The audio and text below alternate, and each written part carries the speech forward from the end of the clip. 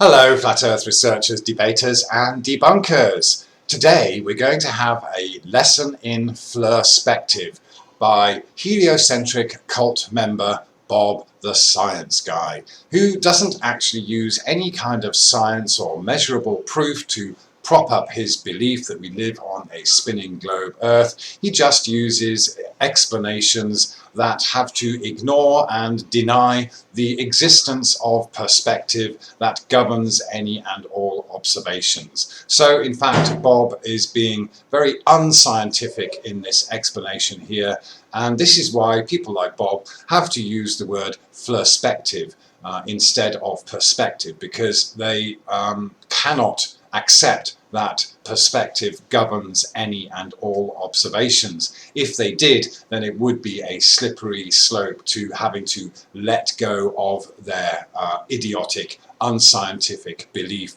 that we live on the outside of a spinning ball whizzing around the sun at thousands of miles an hour. So we're going to hear the explanations from Bob and point out the errors with some actual science, and then we'll have a look at the ratios and angles of perspective that have been converted into this imaginary curve to carry out this perception deception on the general public and the scientific community, which Bob here obviously believes he's part of, since the introduction of the Copernican model and the Gregorian calendar. So let's hear it from you, Bob, and we'll point out the error of your explanations with some actual science as we go. Let me go ahead and explain exactly how you can see the Earth is curved by just having a clear view of the horizon and some clouds. So we're going to go over this photograph, which I personally took with an iPhone 10. No fisheye lens. There it is. So let's go ahead and go over it. Now I want to call your attention to a couple of things. First of all, this is flat farmland here in Michigan, not far from my house. We have two different layers of clouds. We have these low cumulus clouds right here, and then we have these high altitude clouds. Okay? And I want to draw your attention to a couple of things. First of all, the sun is setting, as you can see right here, and these clouds are lit up red from the underside. These clouds are in darkness, and as a result, they're dark gray. You see the difference in the colors?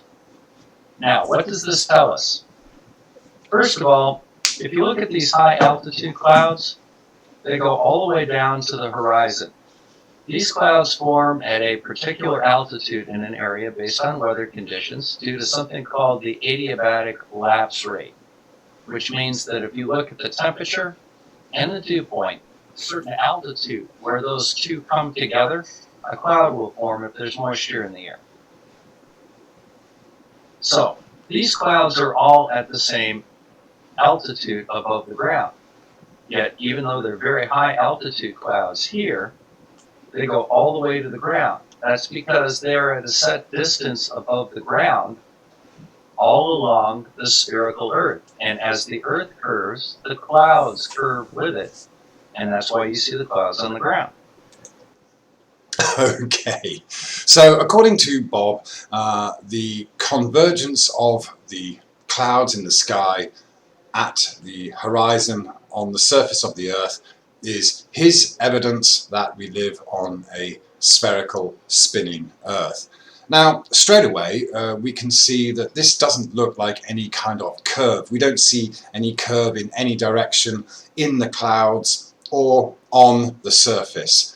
It's a straight horizontal line, and he did in fact admit that this was flat land, so we don't see any curvature. Of course, if we were to live on a sphere, then we should see curvature on the horizontal as well, because a sphere curves in all directions. But as usual, we have the anti-flat earther converting perspective into this imaginary curve. And with their ball earth belief, they basically have to have faith that just beyond the horizon the Earth starts to curve down and away. And even if you look at the sky and you take these clouds as physically going down to a lower elevation from the point where the photograph was taken, it doesn't look like any kind of curve or dome. It looks more like a slope, doesn't it? You know, so even when we just take it at face value like that, then we're not seeing any evidence of curvature. But of course, what we are seeing is the effects of perspective, which of course Bob has to completely ignore and deny and come up with alternative explanations. Now, one of the explanations that we also had here was this assumption that the sun is lighting up the bottoms of the higher altitude clouds. This is quite idiotic in itself, because actually you'd have to assume then that the sun is below the clouds, and then you would have a very local sun. But we know that even though we have, as Bob correctly said, two different layers of clouds here, the sun is physically above those clouds. It's just that it's further away, so it appears closer to the horizon because of perspective. Now, Bob correctly pointed out that these grey clouds are cumulus clouds, and they are usually kind of quite dense clouds because they are full of water vapor. Now, what Bob said here was that these clouds are in darkness, while the higher altitude clouds are not in darkness. They're being lit up from beneath. But what Bob didn't point out was the big difference in these types of clouds. These are cumulus clouds, and the higher altitude clouds, which do form at a consistent height above the Earth, are called cirrostratus clouds. And if we just go and have a look at the scientific explanation for what these clouds are on this webpage by UCAR Education for Science Education, it says here that cirrostratus clouds are high, thin, sheet-like clouds that usually cover the entire sky.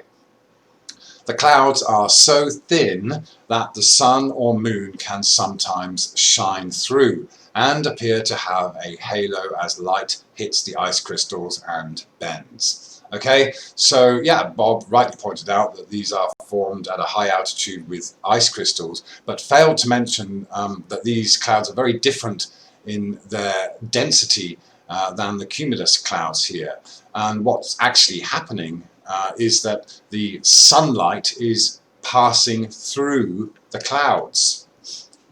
If we could just go back to this photograph here, we can see that these clouds are usually white, because basically we got the full spectrum of sunlight passing through these clouds, and that light is of course white. But here at sunset, a scientific explanation for what's going on is that the sun has gotten further away. So rather than the clouds being white with the sunlight, the full spectrum of sunlight passing through them, we now have these wavelengths of sunlight at the edge of the light spectrum passing through the clouds. So this is why we see the orange and yellows and reds, just like we see in a rainbow, as the sun gets further away and appears to sink towards the horizon. This is a perfectly acceptable scientific explanation for seeing orange clouds at sunset with the light passing through them rather than lighting up the undersides of clouds. And anyone can make this observation. If you just see these clouds before sunset, you'll see that they are white, and as the sun goes away, they will change into this orange color. Now, Bob here, in his ignorance and denial of perspective, assumes that the clouds meet the horizon because they are curving with this assumed curvature of the Earth. But we can make a scientific comparison with other kinds of observations to realize that what we are looking at is the result of perspective. This photograph of a corridor is an excellent example of perspective and how it does in fact govern all observations that we make, especially when we look across a flat surface into the distance. And we can make a scientific comparison of this kind of observation with Bob's observation looking across a flat level surface and seeing the clouds appearing to meet the horizon in the distance. Those clouds did not have any visible curvature to them. They weren't curving off into the distance, and there was no horizontal curvature, just as we see in this photograph with a flat floor and a parallel ceiling, that we know from our own personal experience in this tangible world, that we are looking at parallel lines that go off into the distance, and those parallel lines appear to converge because of perspective. This is actually a great example of the difference between Euclidean geometry and non-Euclidean geometry.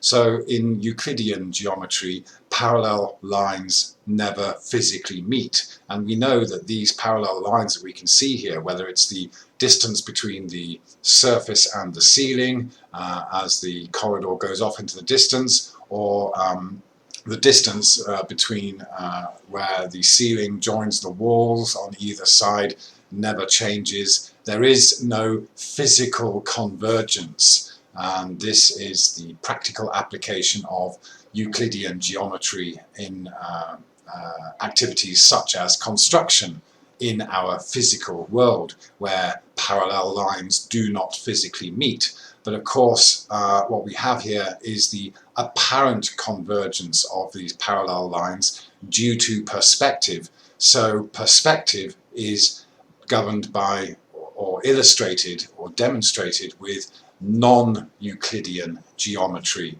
in which physically parallel lines would appear to meet, although they do not physically meet.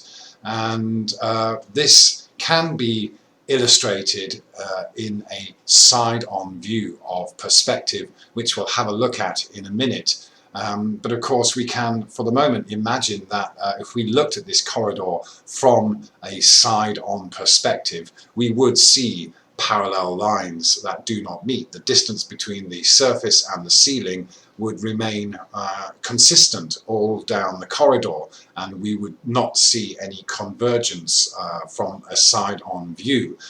So what I'm going to do in a minute is try to illustrate this apparent convergence from this perspective and put it into a side-on view to illustrate how the non-Euclidean geometry of perspective has been converted into this imaginary curve. And again, to highlight that people such as Bob, the so-called science guy, will ignore and deny that perspective is a part of observations in order to support their globe Earth belief and the idea that we live on a spinning globe. A couple of things to point out first, though, is that we are looking at a very smooth artificial surface here. And of course, in the outside world, when we're looking across water or land, we don't see such smoothness. The surface will always have dips and rises, and this will create distortion. And we can also see that if we put something on the surface here, that would eventually block off anything that was on the ceiling or in the sky that went off into the distance. If the corridor carried on a very long way and we put something on the floor here, that object on the floor would eventually block off the lights on the ceiling. And this we can compare to how we observe a sunset. Now, even if we couldn't see what was on the surface creating that blockage, it would still have that effect.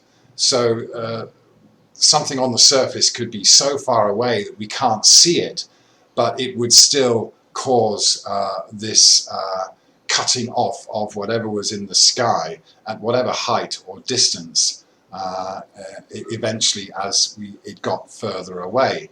So that's another way you can make this kind of comparison of real life observations to things like sunsets or Polaris, which is of course used to determine the latitude by checking or measuring the angle of elevation above the horizon. So let's go and have a look at that first. Here's an illustration of how a sextant is used, and this correctly illustrates the horizon being at the observer's eye level. And this really clearly shows how we are deceived by having us perceive that when we see a horizon, we are looking into some kind of bulge of curvature on a spherical Earth. That simply isn't how it is, especially when it comes to water, which is of course physically level and flat. It does not bulge up in front of us. It doesn't follow any imagined curvature. But for any observer looking across a flat surface, that surface will appear to be at that observer's eye level. So here we have the horizon for the observer at the observer's eye level. So this is the point from which the altitude angle of, in this case, Polaris, is measured to see how far away one is from the North Pole, or the latitude on the Earth. And as it is here, we just extend this view. Nothing needs to change. It doesn't need to be a curved surface for Polaris to either be a higher altitude or a lower altitude that eventually meets the horizon. Of course, the argument from your average globe Earth defender is that Polaris reaching the horizon or not being able to see Polaris beyond the equator is some kind of proof that we live on a globe.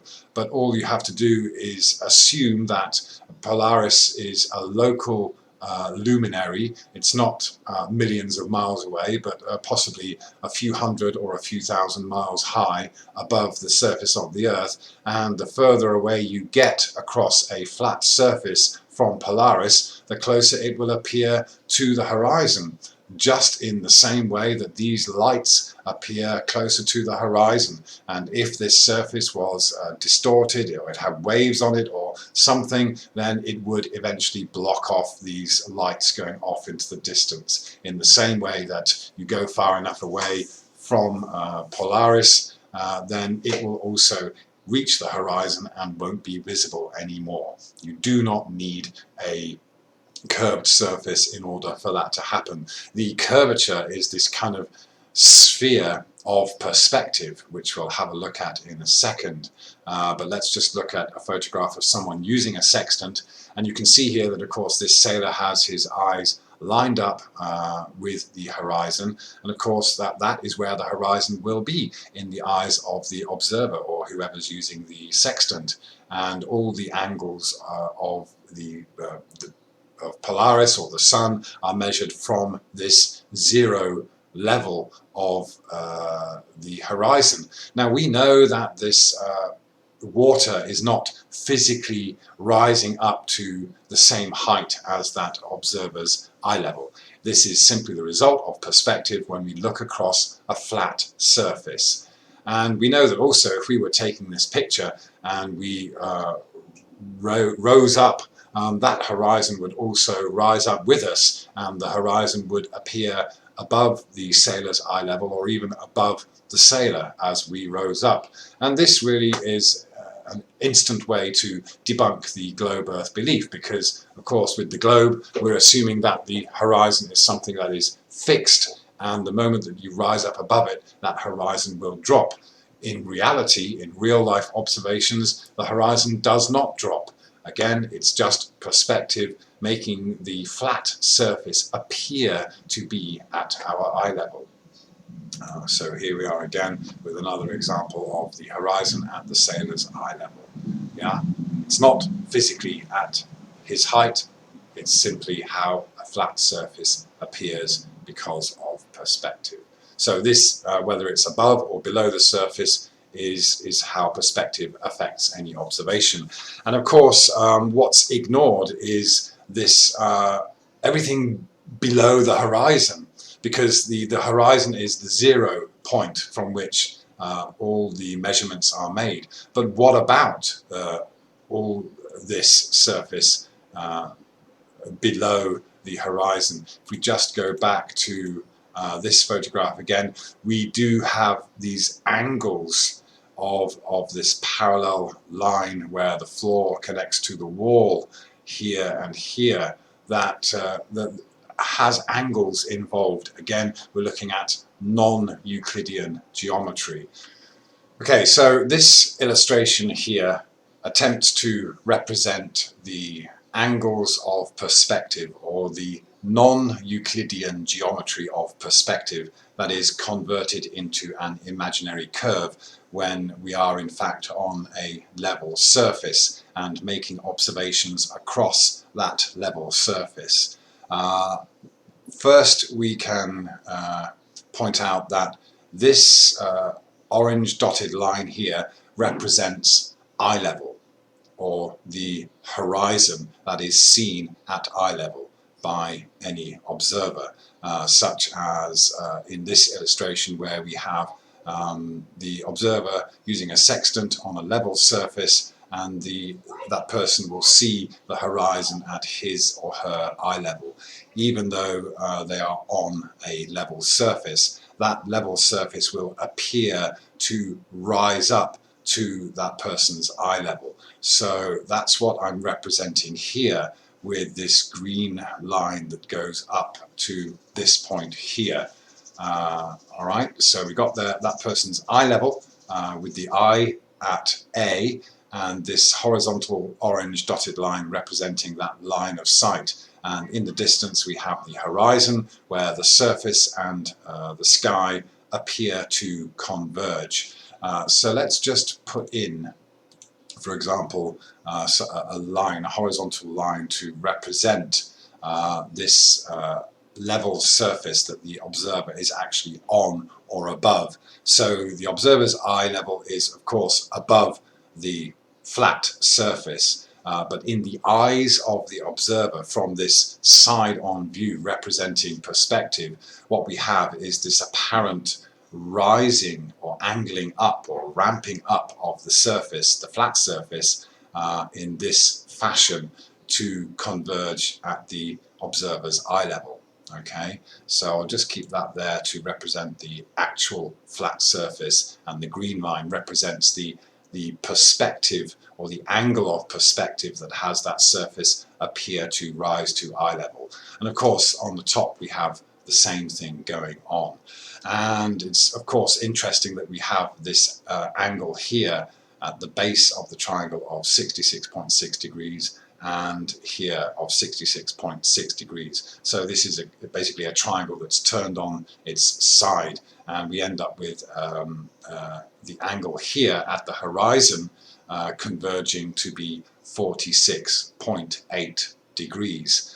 And the reason I've drawn a sphere here is to point out that with these angles, the line here crosses the circle line at approximately 45 degrees. Let me just try to represent that. So if we now just focus on the circle, and we have this vertical line here from the center of the circle going up to B, and then we put another line that is at gives us 45 degrees here in the circle, then that is the point where this line crosses that circle.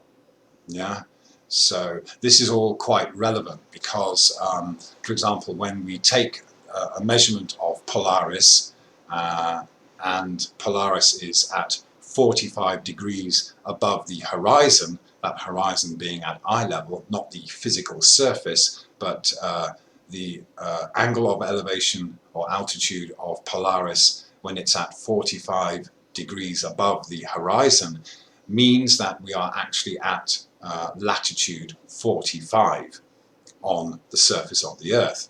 So we don't need to be on a spherical surface for that to happen.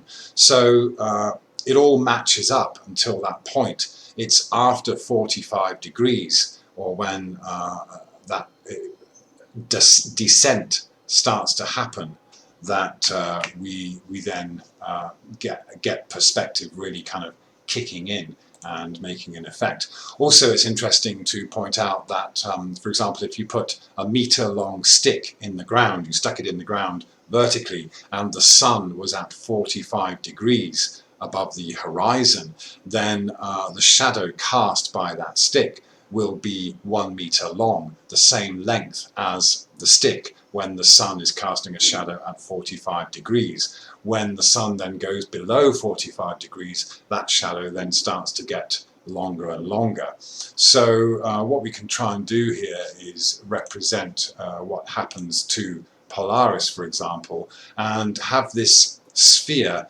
being a sphere of perspective rather than a spherical Earth. Or, for example, the celestial sphere, that can also be used in this kind of context. So, of course, if we were directly below Polaris, it would be above us like this. And basically, you know, as we got further away from Polaris, it would follow this line. So here we are at about 45 degrees, and then as it goes beyond 45 degrees, it comes down towards the horizon at this kind of angle. Yeah. So again, if you go back to the photograph that Bob showed with the clouds not curving but appearing to slant down at this angle, this angle here, this triangle, this green line, represents the angle at which things or clouds or whatever luminaries appear to descend towards the horizon. This is the path that they would actually follow as we got further away or closer to them, like that, you see. So we do, although, you know, this, you can imagine this sphere of perspective, we actually use the line here represented by a triangle to do that. And of course, what's interesting about this is that, let me just take that away, when it comes to these kind of ratios and angles, we know that they are the same.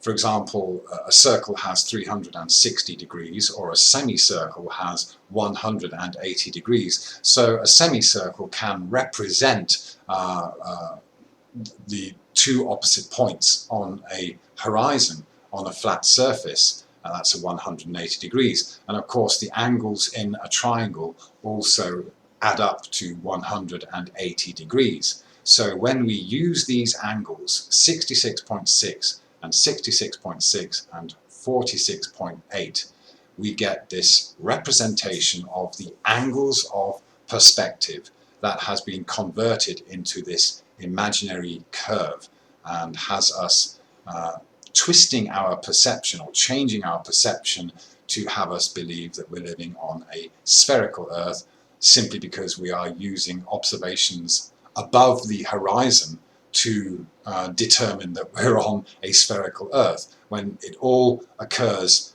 in the same way above a flat surface. So this is something that's very important to understand, is that nothing actually changes about the observations that we make.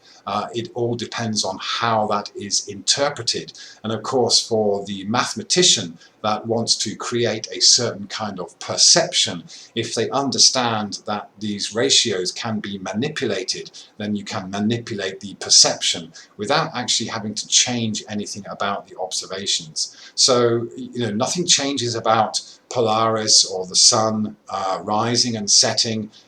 It is really down to how we are taught to perceive it, because essentially the mathematics is the same, the ratios are the same. We are dealing with angles and degrees of 360, 180, 66.6 and 46.8. These, and it doesn't matter how large or small you make this triangle or this sphere, or how great the distance is across this level surface, the angles and the ratios will always remain the same. So it really is just a question of perception. And of course, we are looking We are making observations, and observations are governed by perspective. And people like Bob, the pseudoscience guy, will ignore and deny the existence of perspective, but they haven't taken it far enough to realize that their own perception has been manipulated by a mathematical model that doesn't need to change anything about the observations that we make, except to change our perception of it. So just to finish this off, what is really important to point out is that with this horizontal line of sight splitting this triangle down the middle, with this angle of 46.8 degrees, what we have here either side of the horizon is angles of 23.4 degrees. So I'm just going to bring those up here, yeah? Let's just separate those so you can see them.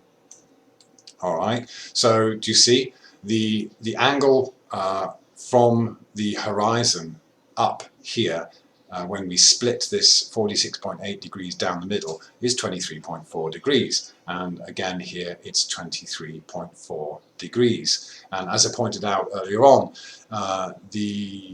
any measurements that are done from the horizon or eye level, which of course are assumed to be from the surface when they're not, they're actually from eye level, it ignores the surface, because the surface is where it all starts from, the 0 point. Yeah. So this 23.4 degrees here that comprises the angle below the horizon that goes down to this vertical line here that's in line with the observer's eye, is missing.